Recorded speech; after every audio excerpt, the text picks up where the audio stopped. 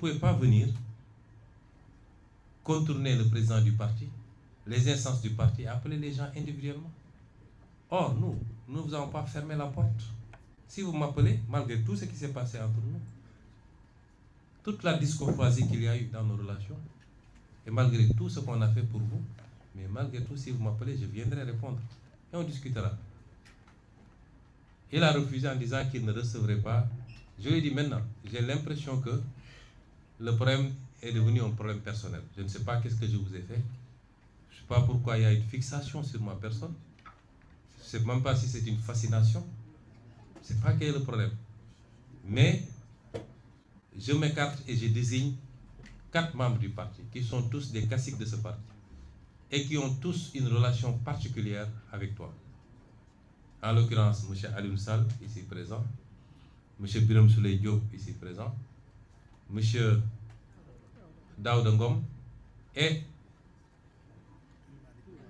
M. El Malick Ndiaye.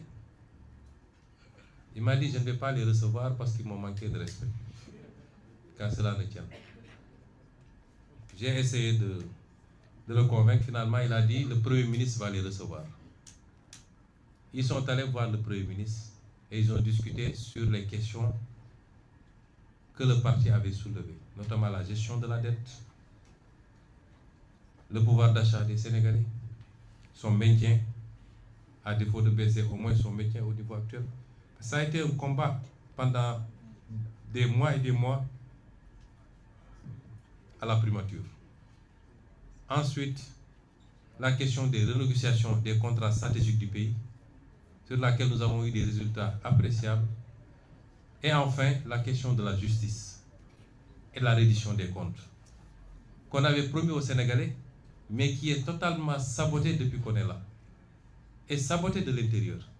Ce qui fait qu'en 2 ans, il n'y a rien qui a été fait au niveau de ces dossiers. Rien de consistant en tout cas.